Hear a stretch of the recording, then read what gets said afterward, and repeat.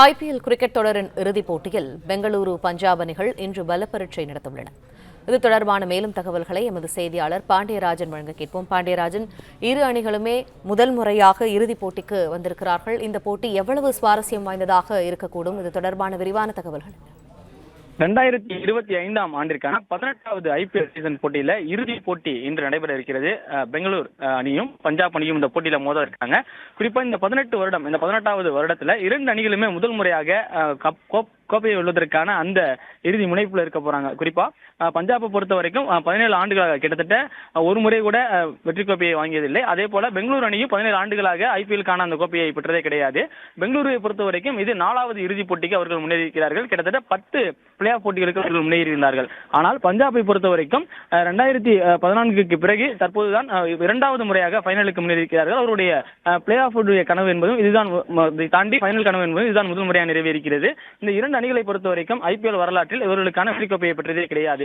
இருந்தாலும் இந்த சீசனை பொறுத்த வரைக்கும் பஞ்சாப் அணியினுடைய கேப்டனாக பொறுப்பேற்ற ஸ்ரேயஸ் ஐயர் அவருடைய அந்த ஆட்டத்தின் காரணமாக அணியை ஃபைனலுக்கு கொண்டு வந்திருக்கிறார். குறிப்பாக 3 அணிகளுக்கு அவர் கேப்டனாக இருந்திருக்கிறார்.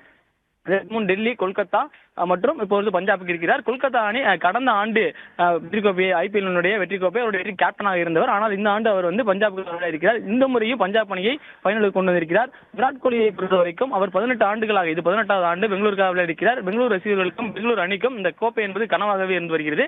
இன்று மாலை அகமதாபாத் நரேந்திர மோடி ஸ்டேடியத்தில் நடைபெற இருக்கக்கூடிய இந்த இறுதிப் போட்டியை பொறுத்த வரைக்கும் இரண்டு அணிகளுமே சமபலத்துடன் களமிறங்கி இருக்கிறார்கள். கிட்டத்தட்ட இரண்டு அணிகளும் இதற்கு முன் ஐபிஎல் வரலாற்றில் 36 போட்டிகளை விளையாடி இருக்கிறார்கள். அவற்றில் 18 போட்டிகளில் பெங்களூரு, 18 போட்டிகளில் பஞ்சாப் வெற்றி பெற்றிருக்கிறது.